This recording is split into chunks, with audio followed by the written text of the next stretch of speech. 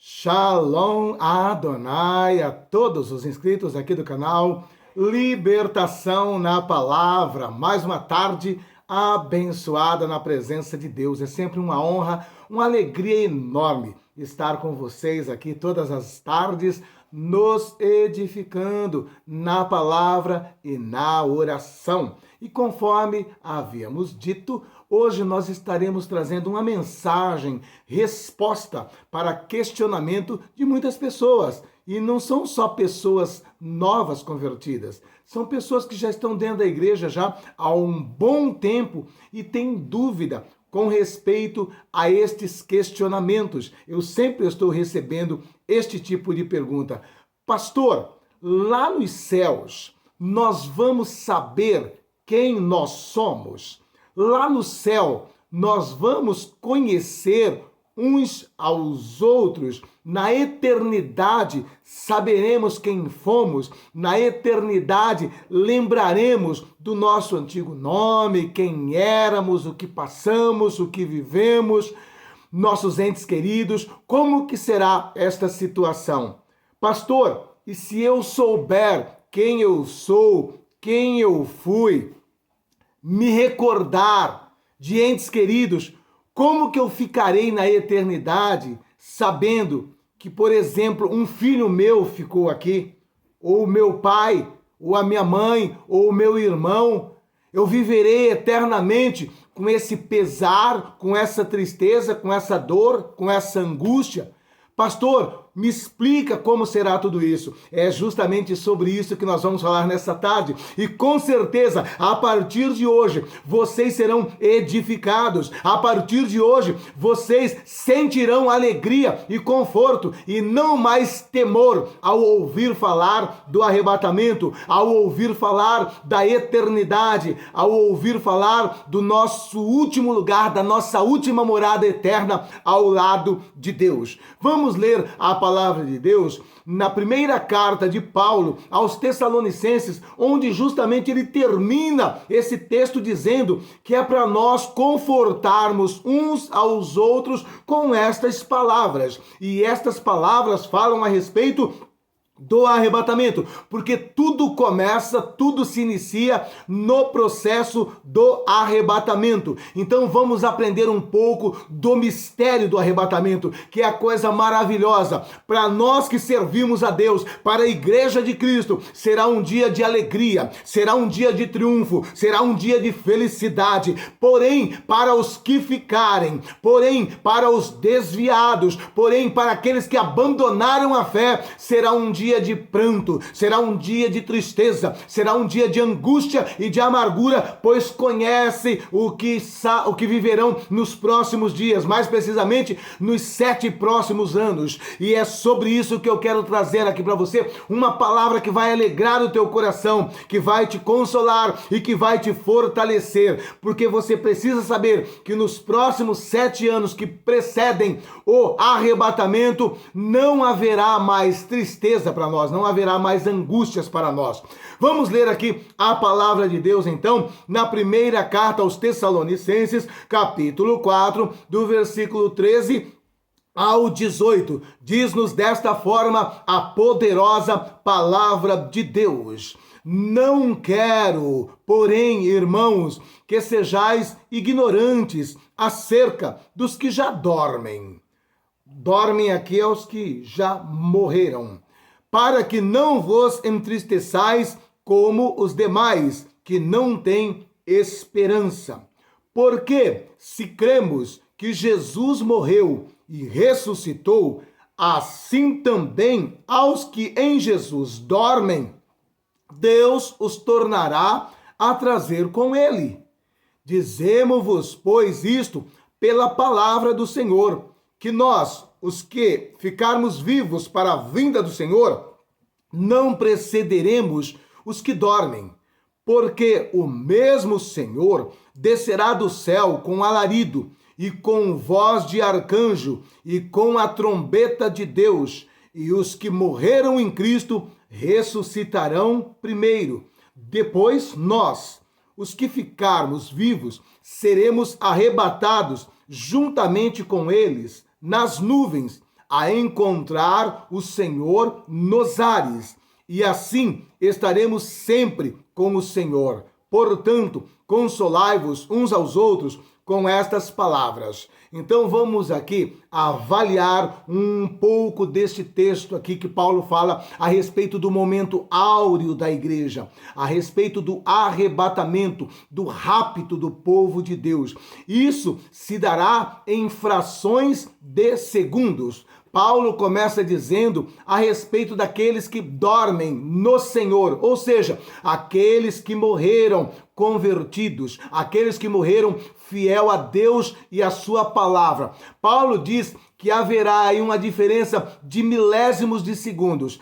Primeiro, os que morreram em Cristo, eles ressuscitarão. E é óbvio, é claro que não ressuscitarão com o corpo de sua morte. Por quê? Porque muitos morreram queimados, outros morreram corroídos por um câncer, outros morreram com uma doença degenerativa, outros morreram com a idade avançada, está com seu corpo todo degradado. Então é óbvio que eles ressuscitarão já em um corpo glorificado. Um corpo glorificado. Preste bem atenção, porque Paulo nos exorta a olhar para o que aconteceu com Jesus. E ele diz assim, que se Deus ressuscitou Jesus, ele também da mesma forma ressuscitará nós que morremos em Cristo. Então, nós vamos, depois de frações de segundos, nós os que estivermos vivos ou ficarmos vivos para o dia do arrebatamento da igreja, também seremos transformados e encontraremos com o Senhor nos ares. Então, primeiro, os que morreram em Cristo, os que dormem em Cristo, terão um corpo transformado, acordarão, despertarão desse sono, não mais em um corpo como o anterior, mas um corpo glorificado. Depois nós, os que ficarmos vivos, seremos transformados e arrebatados para encontrar com o Senhor nos ares, na região celestial. Ainda não é no céu. Vamos encontrar com Ele no meio do caminho, entre a terra e o céu de Deus. Encontraremos com Ele nos ares, já em um corpo glorificado. Agora, se nós seremos ressuscitados como Deus ressuscitou Jesus, nós precisamos entender alguns aspectos do corpo glorificado que Jesus acordou na manhã de domingo. O corpo glorificado que Jesus acordou na manhã de domingo é um corpo glorioso que não está mais sujeito às leis da física. É um corpo glorioso que nós podemos ver o que Jesus fez nos 40 dias que ele permaneceu andando pela região de Jerusalém, Judéia, e se encontrando e se apresentando para muitos discípulos. Na questão da lei da física, a lei da física diz que dois corpos não podem ocupar o mesmo espaço, ou seja, duas matérias não podem ocupar o mesmo espaço. Nós vamos então perceber que o corpo glorificado, ele já quebra esta lei da física. Por quê? Porque os discípulos estavam trancados dentro de uma casa, amedrontados porque estavam sob ordem de pena de morte, pois as autoridades disseram, se não determos seus discípulos agora, que foi veiculada essa notícia, que ele ressuscitou, que ele está vivo, ninguém vai deter essa seita. Então eles estavam debaixo de uma perseguição sem precedentes para serem mortos. Estavam trancados dentro de uma casa, os discípulos. E então Jesus simplesmente entra dentro daquela casa, se apresenta dentro daquela casa. Quando Jesus se apresenta dentro daquela casa, pelo fato de não abrir porta nem janela, estarem trancados ali dentro, eles ficam atônitos, assustados, pensando ser um fantasma. E aí então Jesus se aproxima de Tomé e diz para ele, ei Tomé, eu não sou fantasma não, só porque não abriu a porta, só porque não abriu a janela, você está pensando que eu sou fantasma? fantasma, não sou um espírito. E olha só, nós vamos ver uma peculiaridade, porque o corpo glorificado também é diferente de um corpo espiritual, como por exemplo um corpo de um demônio, né? O demônio, ele existe, porém não tem corpo. Ele faz as suas manifestações em corpo de outras pessoas, porque eles não têm corpo, é espírito apenas. Mas o corpo glorificado, apesar dele passar pelo meio de uma parede, ele não é espírito, porque quando Jesus sai do outro lado, Jesus fala para Tomé: pode me tocar, pode ver aqui, ó, que eu sou de carne e osso. Espírito não tem carne, espírito não pode ser tocado. Veja a ferida nas minhas mãos, veja aqui o meu lado onde eu fui transpassado por uma lança.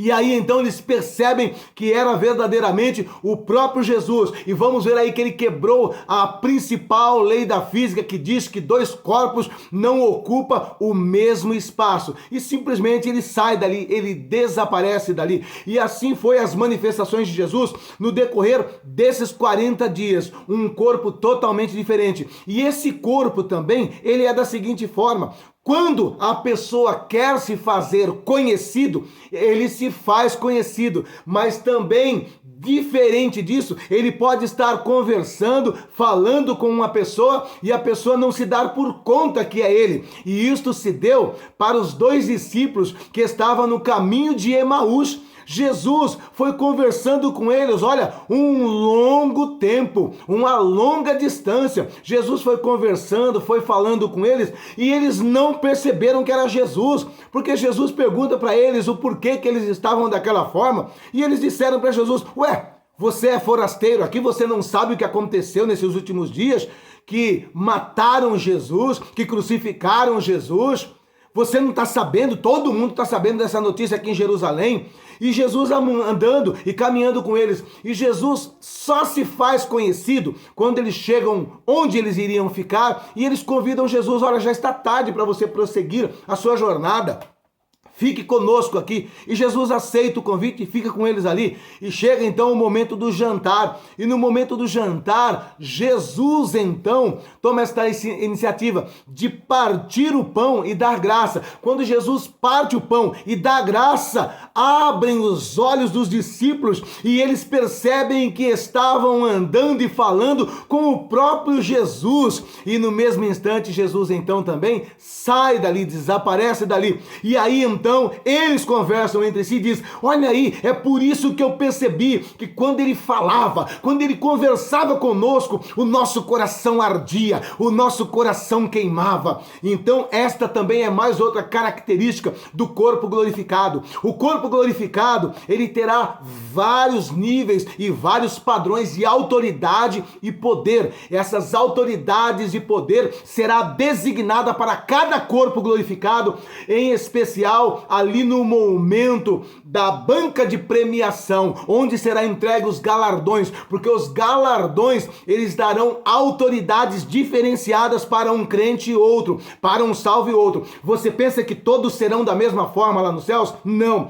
Todos os que serão salvos, cada um terá um corpo. Um será mais brilhante, outro será mais poderoso do que o outro, porque Paulo diz que assim como as estrelas, né, como o sol, a lua, cada um tem o seu brilho distinto. Ele diz que assim também seremos nós. Você acha que uma pessoa que viveu a vida inteira sentadinha no banco da igreja, não saiu para evangelizar, não obedeceu o ID de Cristo, você acha que ele vai ter o mesmo corpo de uma pessoa que saiu, foi para a África, foi para a Etiópia, muitas vezes morreu ali fazendo a obra de Deus em um cenário que ninguém gostaria de estar? Você acha que este missionário, que este homem de Deus ou que esta mulher de Deus, você acha que Deus vai colocar em pé de igualdade com aquele que viveu a vida inteira só sentadinho? Ele não pecou, não fez nada errado, mas cruzou seu bracinho e ficou na sua? Não, esse aí chegará ali como soldado raso, porque os galardões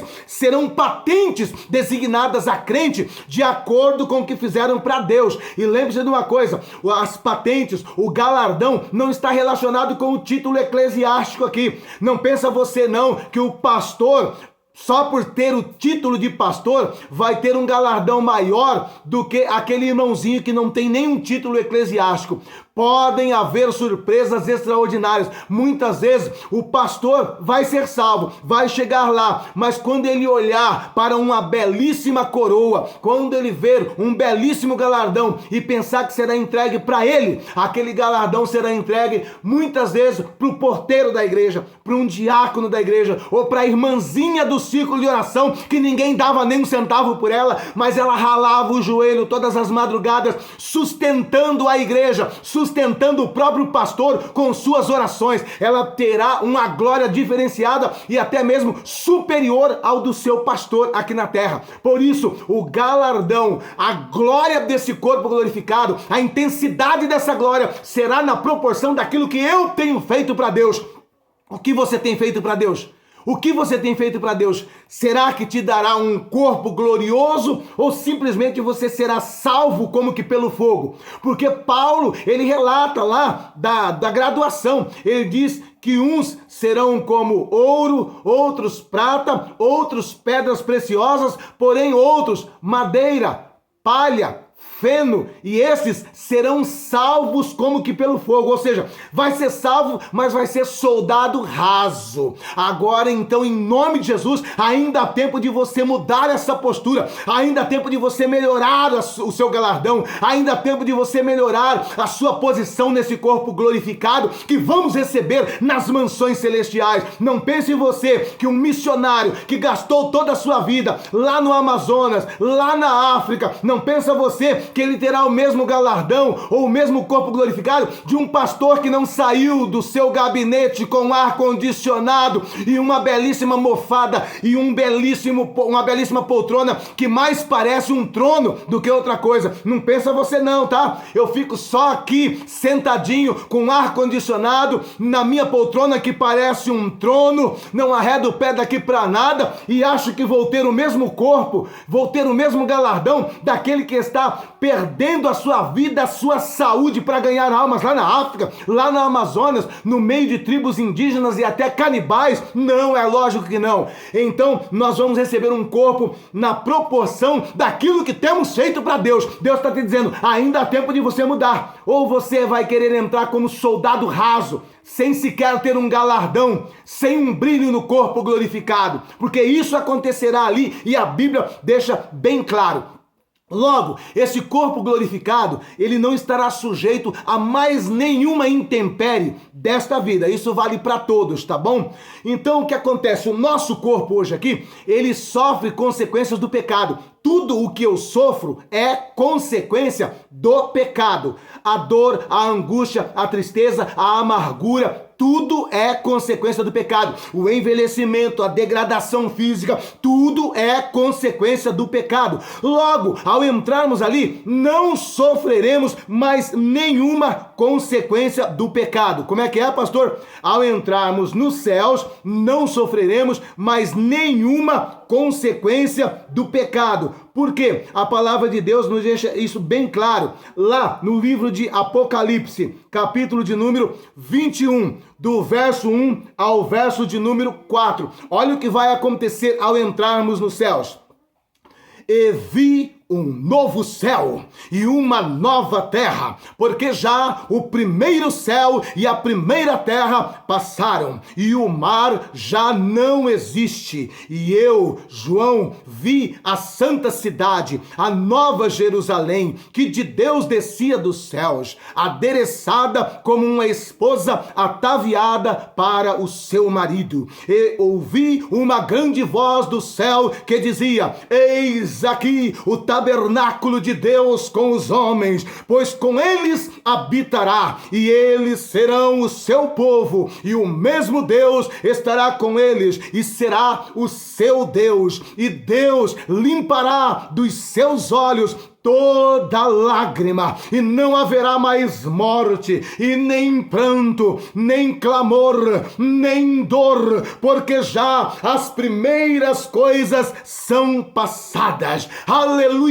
tudo o que diz respeito a consequências do pecado será banido por Deus. Não existirá mais ali nada disso, nenhum desse transtorno existirá.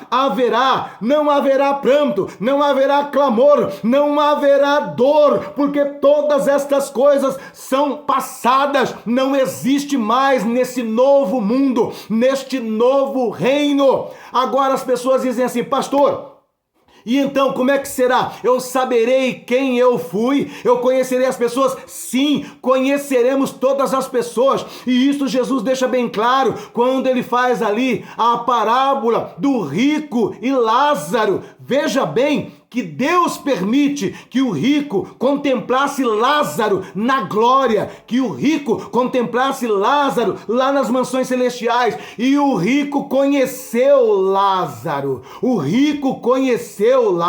e lá nós veremos todos os nossos entes queridos e os conheceremos. Eu saberei sim quem eu sou. Por quê? Porque tudo isso está ligado com a alma. Se a minha mente for apagada, eu deixo de existir.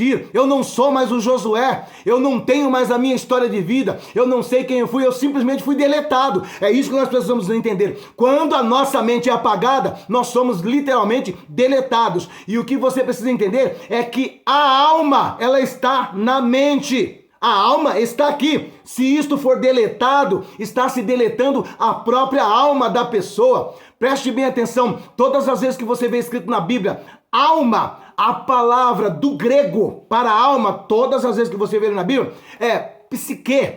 Psique está relacionado que é a psique, ao cérebro, aos neurônios. A alma tem como base o cérebro. Se isto for deletado, a minha alma estará sendo deletado. Então isso não será apagado. Eu vou conhecer cada um dos meus irmãos, vou conhecer minha mãe, vou conhecer meu pai, vou conhecer meus tios, vou conhecer meu avô que era pastor, vou saber quem foi, e também vou conhecer pessoas que aqui na terra só ouvi falar. Vou conhecer pessoas que aqui na terra só conheci à distância, só conheci por nome. Saberei sim quem são. Eu saberei que eu fui o Josué. Eu saberei da grande salvação que Deus me proporcionou. Eu saberei de onde Deus me tirou, o milagre que Ele operou em minha vida. Eu saberei de tudo isso. Tudo isso me será patente. E eu saberei, pastor, dos entes queridos que ficaram? Sim, eu saberei sim. É óbvio, a minha mente não foi apagada, não foi deletada, mas pastor, aí então eu vou sofrer, eu vou sentir tristeza, angústia. Não, é justamente isso que eu digo aqui, ó. Deus vai banir tristeza, pesar, saudade, angústia. Tudo isso aí é consequência do pecado. Lá naquele lugar não haverá nenhuma consequência do pecado, mesmo porque o próprio pecado não vai entrar ali. Você está entendendo? O pecado não terá acesso, e o pecado será algo que para nós seria como que se nunca tivesse existido. Nem o pecado, nem suas consequências. Não sofreremos mais consequência nenhuma do pecado. Você sente dor? Consequência do pecado. Você sente tristeza? Consequência do pecado. Você sente amargura? Consequência do pecado. Você sente opressão? Consequência do pecado. Você sente depressão? Consequência do pecado. Lá não haverá consequência de pecado. Eu não saberei o que é esse sentimento. O meu corpo glorificado não saberá o que é dor. O meu corpo glorificado não saberá o que é tristeza. Um exemplo, né? Quando você dá um chute com o seu dedinho na quina da perna da mesa ali, você vê estrela, uma dor terrível. Isso aí não vai existir mais no seu corpo glorificado. Quando você está com fome, você fica com mal-estar, você fica nervoso, você fica depressivo. Lá você também não vai sentir mais isso. O corpo glorificado é assim: se eu quiser comer, eu como. Se eu não quiser comer, eu passo 100 anos sem comer e não me fará dano algum. Por quê? Porque Jesus fez isso. No corpo glorificado, Jesus comeu peixe junto com os discípulos na praia. Simplesmente foi dessa forma, ele simplesmente comeu ali. O corpo glorificado tem essa peculiaridade. E o corpo glorificado não está mais sujeito a nenhuma consequência do pecado. Tristeza, dor, pesar é consequência de pecado. Então você, mesmo sabendo disso, você não sofrerá dor nenhuma. Por mínima que seja, não sentirá, porque isso não existirá para este corpo glorificado. Por isso, nós nos consolamos com essas palavras. Entendendo que ali, quando diz aqui, e Deus limpará dos seus olhos toda lágrima, está dizendo assim, Deus vai banir a tristeza, Deus vai banir a dor, Deus vai banir a angústia, Deus vai banir a depressão, não vai existir mais. Então não tem como eu sentir uma coisa que não existe. Ainda que eu me recorde, ainda que eu saiba de tudo isso, não me gera nem um mínimo de dor. Por quê? Porque eu estarei na presença do meu Deus, eu estarei com o meu Deus será a minha alegria, eu viverei e andarei com Ele, estarei lado a lado com Deus, e na presença de Deus não tem tristeza, na presença de Deus não tem angústia, na presença de Deus não tem amargura, é isso que está reservado para a minha vida e para a sua vida. Alegra o teu coração, e em nome de Jesus, enquanto estiver aqui, ore pelo teu filho, ore pelo teu esposo, ore por tua mãe, ore pelo teu pai, evangelize, pregue a tempo e fora de tempo, mas não se preocupe com isso. Quando você entrar nas mansões celestiais, num corpo glorificado, nenhuma consequência de pecado o teu corpo estará mais sujeito. Você nem sequer saberá o que é tristeza, o que é angústia, o que é amargura. Por quê? Porque Deus baniu. É isso que ele diz quando está dizendo, eu enxugarei dos seus olhos toda lágrima. Lágrima fala de tristeza, lágrima fala de dor, lágrima fala de pesar. Ele diz, acabarei com tudo isso, não existirá mais. Ali será um lugar de gozo, de delícias. Voltaremos ao padrão do Éden. Sabe o que quer dizer Éden, jardim do Éden, onde o homem vivia? Lugar de delícias. Éden quer dizer lugar de delícias. E é justamente o nível em que voltaremos. Voltaremos a viver em um lugar de delícias, em nome de Jesus, por toda a eternidade. E não entrará nenhuma consequência de pecado no lugar de delícias. Alegra o teu coração em nome de Jesus Cristo. Amém? E vamos prosseguindo com alegria, falando dessas coisas maravilhosas dos céus, para que você se firme mais, para que você esteja na presença de Deus. E eu quero, nesta hora, agradecer de todo o meu coração, né, a Berenice Vieira, deve ser a minha aluna, eu creio que é a minha aluna, né, que nos ajudou, semeou do nosso ministério. Quero agradecer também a Rosângela Vieira Gonçalves, eu creio que deve ser a esposa do meu amigo Magno, né, Rô? Que Deus te abençoe ricamente. É sobrinha da missionária Marlene, olha que benção. A família da irmã Marlene está todinha aqui conosco, né? Glória a Deus, louva a Deus. São pessoas que ontem fizeram uma semeadura aqui no nosso ministério. Deus restitua centuplicadamente. E agora eu vou orar por você, para que você esteja firme para esse grande dia em nome de Jesus. Glorioso Deus, glorioso Pai, em nome do teu Filho amado Jesus Cristo, nesse instante eu oro pelo teu filho, pela tua filha, para que se firme na tua presença, para que nunca se afaste dos caminhos do Senhor, e para que naquele grande dia, no tocar da trombeta, ele se encontre com o Senhor também nos ares. Em nome de Jesus, renova os ânimos, renova as forças, fortaleça cada um dos teus filhos e cada uma das tuas filhas, em nome de Jesus. E oro nesta hora também pela irmã Nancy, meu Pai. Repreenda este mal sobre a vida da irmã Nancy e profetizo vitória sobre a vida da irmã Nancy, em nome de Jesus, e de todos os nossos irmãos que aqui estão, em nome de Jesus. Amém. Meus irmãos, em nome de Jesus, eu tenho comprado essa batalha da irmã Nancy. E eu quero pedir para todos vocês, não deixem de orar junto comigo pela irmã Nancy, tá? A irmã Nancy, ela está cometida de câncer dos ossos, mas o nosso Deus é o médico dos médicos e estamos vendo Deus agir e Deus trabalhar. Sempre ela conversa comigo e esses dias ela me ligou. Quando ela sente dor, ela fala, pastor, eu estou com as dores terríveis, né? Porém, né, eu fiquei muito feliz que ela me ligou e falou, olha, pastor, graças a Deus estou me sentindo melhor. Eu consegui até fazer uns serviços de casa, olha só, né? Que Deus continue abençoando ricamente. E eu fiquei muito alegre ao ouvir esse testemunho da irmã Nancy, né? Uma mulher que está com câncer nos ossos, mas que não perdeu a fé, não perdeu a esperança, não está se abalando e está todos os dias aqui conosco. Um beijo para a senhora, viu, irmã Nancy? E eu peço a todos que estão aqui, entre comigo nessa batalha por essa enfermidade da irmã Nancy. Amém? E em nome de Jesus, eu quero agradecer a todos vocês e se inscreva nesse canal e compartilhe essa mensagem com o maior número de pessoas em nome de Jesus. Amém? Um beijo no seu coração.